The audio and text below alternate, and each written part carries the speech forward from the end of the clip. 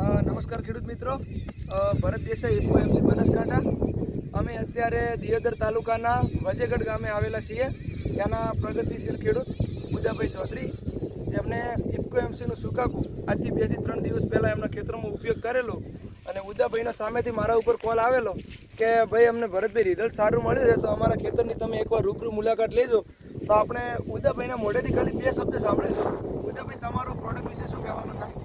મારું એ કહેવાનું થાય કે ખરેખર દરેક ખેડૂતે આ જ કંપનીનું આ જ સુકાકું વાપરવું જોઈએ, તો સરસ રિઝલ્ટ મળે છે।